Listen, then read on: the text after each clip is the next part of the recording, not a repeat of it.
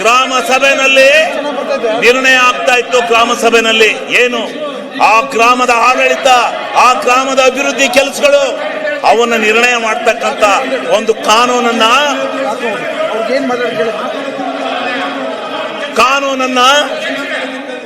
ಆ ಗ್ರಾಮ ಪಂಚಾಯತಿ ನಿರ್ಣಯ ಮಾಡ್ತಾ ಇತ್ತು.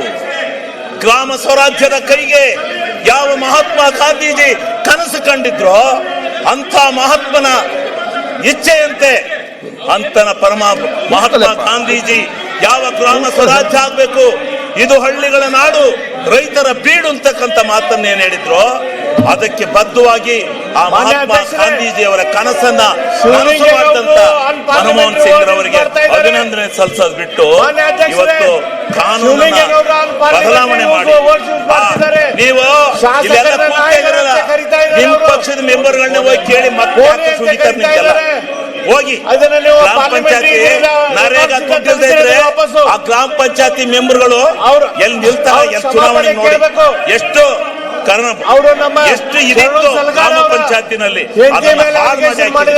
ಹಾಳು ಮಾಡಿ ಇವತ್ತು ಇಂಥ ಒಂದು ಕೆಲಸವನ್ನ ಮಾಡಿದಿರಿ.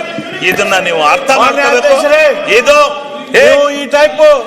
ಈ ರೀತಿ ಬಹುಶಃ ಪ್ರಜಾಪ್ರಭುತ್ವ ವ್ಯವಸ್ಥೆ ಒಳಗೆ ಇಂಥ ಕೆಟ್ಟ ನಡತೆಯನ್ನು ನೋಡಿದ್ದು ನಾನಿದೆ ಮೊದಲು. ನಾನು 20 ವರ್ಷದಿಂದ ಈ ಸದನದಲ್ಲಿದ್ದೇನೆ. ಇಂಥ ಅಯೋಗ್ಯ ಪ್ರತಿಭಟನೆ ನೋಡಿದ್ದೆ ಯಾವಾಗೂ ಕೂಡ, ಇಂಥ ಕೆಟ್ಟ ಪ್ರತಿಭಟನೆ ನೋಡಿದ್ದೆ ಫಸ್ಟ್. ಅಧ್ಯಕ್ಷರ ನೀವು ಒಬ್ಬ ಸಂಪೂರ್ಣವಾಗಿ ನಾಚಿಕೆ ಆಗಲ್ಲ ನಿಮ್ಗೆ ಈ ರೀತಿ ಗ್ರಾಮ ಸ್ವರಾಜ್ಯ ಆಗ್ತಕ್ಕಂಥದ್ದು. ಒಂದು ಗ್ರಾಮ ಪಂಚಾಯತ್ಗೆ 1 ಕೋಟಿಯಿಂದ 5 ಕೋಟಿಯವರೆಗೆ ಹಣ ಏನು ಅವರ ಯೋಜನೆ. ಒಬ್ಬ ಅಧ್ಯಕ್ಷ ಬೆಳಿಗ್ಗೆ ಎದ್ದು ಈ ಚರಂಡಿ ಆಗ್ಬೇಕು ಅಂದ್ರೆ ಮಾಡಿ ಅಂತ ಅಧಿಕಾರ ಕೊಡುವಂತ ಅಧಿಕಾರ ಕೊಟ್ಟಿದ್ರು. ಒಂದು ಊರಿಗೆ ದಾರಿ, ಕಾಂಕ್ರೀಟ್ ರಸ್ತೆ ಅವೆಲ್ಲನೂ ಮಾಡ್ಕೊಂಡಿದ್ದಾರೆ. ಎಲ್ಲರೂ ಮಾಡ್ಕೊಂಡಿದ್ದಾರೆ. ನರೇಗಾವನ್ನು ಉಪಯೋಗಿಸಿಕೊಂಡು ಸಾವಿರಾರು ಕೋಟಿ ಕಾಮಗಾರಿಗಳನ್ನು ಮಾಡ್ಕೊಂಡಿದ್ದಾರೆ. ಇಂಥ ಕಾಮಗಾರಿಗಳನ್ನು ಮಾಡ್ಕೊಂಡು ಇವತ್ತು ನೀವು ಅದನ್ನ ವಿರೋಧ ಮಾಡ್ತಿರಲ್ಲ, ನಾಚಿಕೆ ಆಗಲ್ವ ನಿಮ್ಗೆ? ಯಾಕೆ ವಿರೋಧ ಮಾಡ್ತೀರಿ? ಇಂಥ ಒಂದು ಕಾನೂನು ಮತ್ತೆ ಬರಲಿಕ್ಕೆ ಸಾಧ್ಯ? ದಯಮಾಡಿ ನೀವು ಅರ್ಥ ಮಾಡ್ಕೋಬೇಕು ಅಂತಕ್ಕಂಥ ಮಾತನ್ನ ಸನ್ಮಾನ್ಯ ಅಧ್ಯಕ್ಷರೇ ನಾನು ಹೇಳಿ, ಇವತ್ತು ಮುಂದೆ ಈ ಒಂದು ಇವತ್ತು ತಂದಿರ್ತಕ್ಕಂಥ ಕಾನೂನಿನಲ್ಲಿ 40%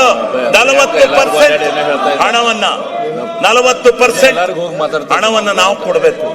60% ಅವ್ರು ಮಾಡಿದ್ದಾರೆ. 40% ಅನ್ನ ಕರ್ನಾಟಕ ರಾಜ್ಯಕ್ಕೆ ಹೊರೆ ಆಗ್ತಾ ಇದೆ. ಕರ್ನಾಟಕ ರಾಜ್ಯದ ಯಾಕೆ ನಿಮ್ಮ ಹತ್ರ ದುಡ್ಡಿಲ್ವಾ? ನಿಮ್ಮ ಹತ್ರ ದುಡ್ಡಿಲ್ವೇನ್ರಿ?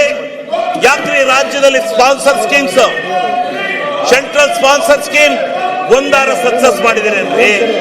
ಒಂದಾರ ಮಾಡಿದಿರಿ? ಎಲ್ಲ ಕರ್ನಾಟಕ ರಾಜ್ಯದಿಂದ ಕೆಲಸ ಮಾಡಿಸ್ತೀರಿ, 50-50 ಶೇರಿಂಗ್ ಅಂತ ದುಡ್ಡೇ ಕೊಡೋದಿಲ್ಲ.